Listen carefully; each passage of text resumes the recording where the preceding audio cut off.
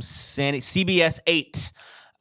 Video shows San Diego police officers kneeling on man who later died for nearly 8 minutes outside bar in the gas lamp corridor. When San Diego police officers arrived at the Star Bar in the gas lamp on January 25th, Gabriel Garza was subdued, lying on his back with a security guard making sure he didn't move.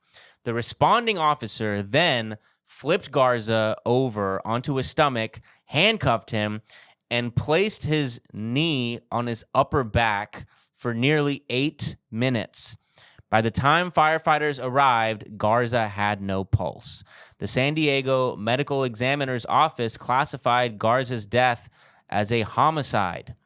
New surveillance video obtained by CBS 8 captured the moment Garza, a friend that was later said to be a nearby security guard, took Garza to the ground nearly 25 minutes before police arrived. The video is now at the center of a wrongful death case that Garza's family filed against the San Diego Police Department and 2 of its officers, Jacob Phipps and Noah McLemore. The video shows, according to Carlos Garza, Gabriel Garza's older brother, that police officers never had to use force, that his brother was subdued long before officers arrived. I don't know. I mean, the guy was on the ground the whole time. I mean, when the video started, he was on the ground the whole time.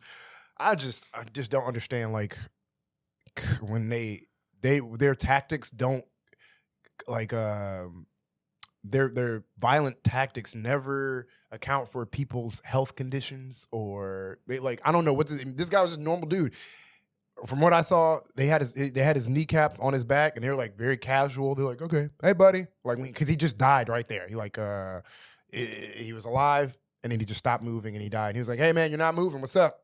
What's up?" Oh, he's dead. It's like, yeah, you guys have been on top of him for fucking 8 minutes. And as the medical examiner ruled it a homicide. They didn't say, because immediately that's what pro police people are gonna say. Well, he was, that's what they said for George Floyd. Well, he had drugs in his system. No, it was ruled a homicide. The only person that was doing any active violence on him was the cop, who again, like, it just feels like talking to a child. Like, do we not remember George Floyd? That whole fucking thing was about. That's what sparked it off, and that's what it was—a knee on someone's back. I mean, we know that. Look at our podcast. Look at the existence of our podcast having to be the people. Like, this should a story that would normally have stopped the nation. Just like, you had to tell me about it. Yeah, I learned about it from you. A story that literally identical from 5 years ago broke the nation and, like, sent it down a whole new reckoning. And then it just shows. I blame I truly blame Joe Biden and Kamala.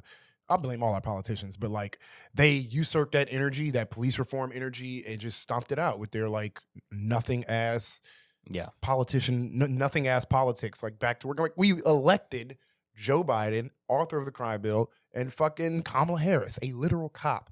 When all that energy was, like, when everybody had that energy, you would think we would have got someone like a Zoran or like a Bernie or like but instead it was literal siphoned into police.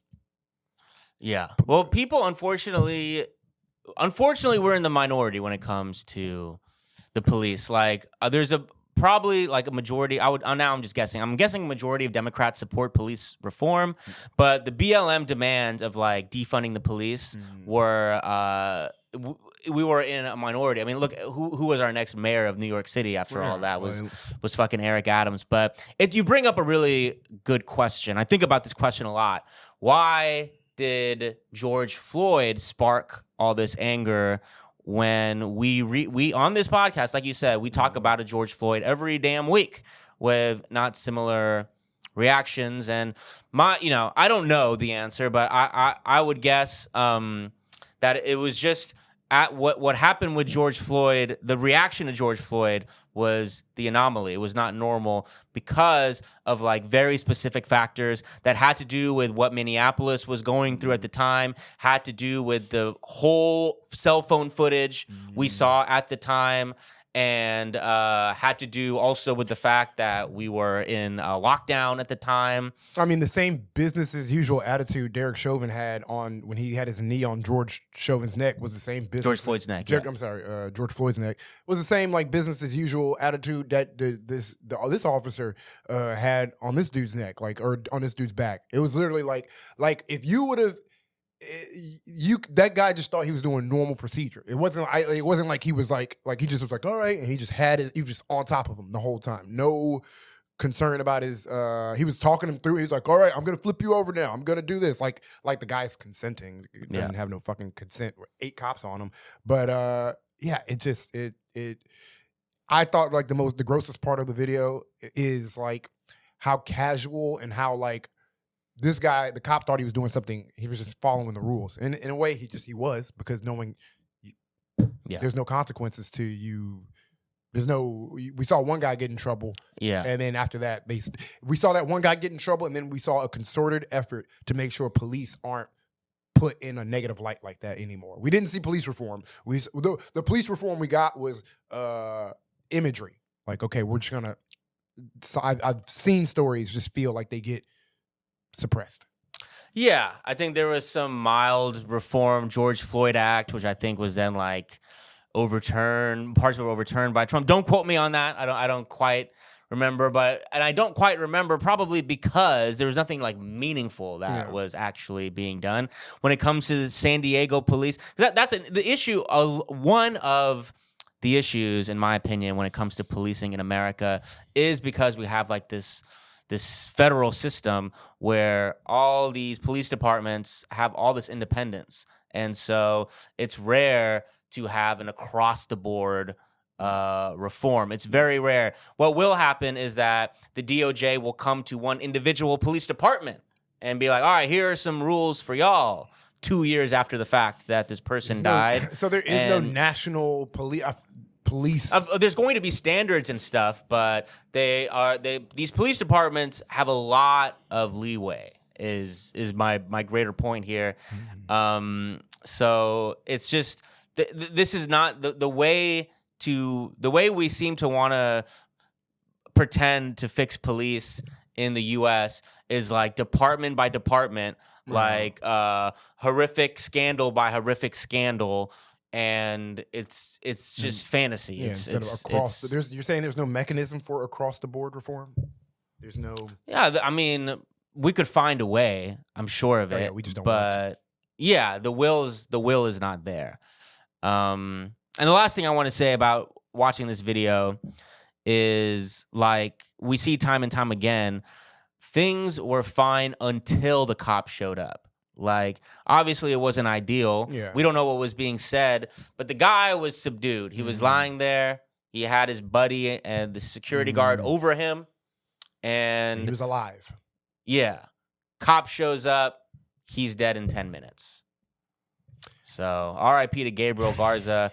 And like you were saying, it's just insane that this exactly mirrors George Floyd in so many ways, and it's really crazy to think about. It just shows you the difference 5 years can make. It's like no one gives a fuck.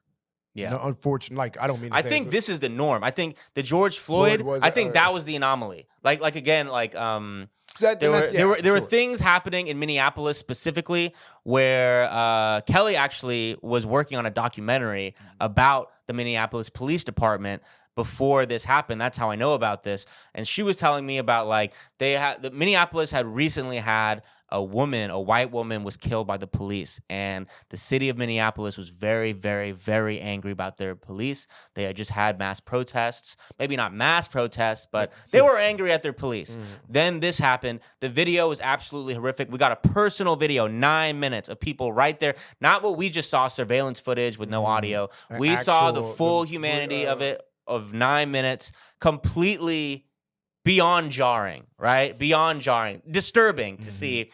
And we were in the middle of a lockdown. People did not have to go to work. So I think those were like the abnormal factors that created that. But otherwise, we're back to fucking normal, which is just shit like this every week with like no national spotlight whatsoever. And it's just a shame that the stories like this is a reminder that nothing came from that. I mean, I'm sure probably small wins in like areas that nothing substantial came from that. So it's just like, damn. Yeah.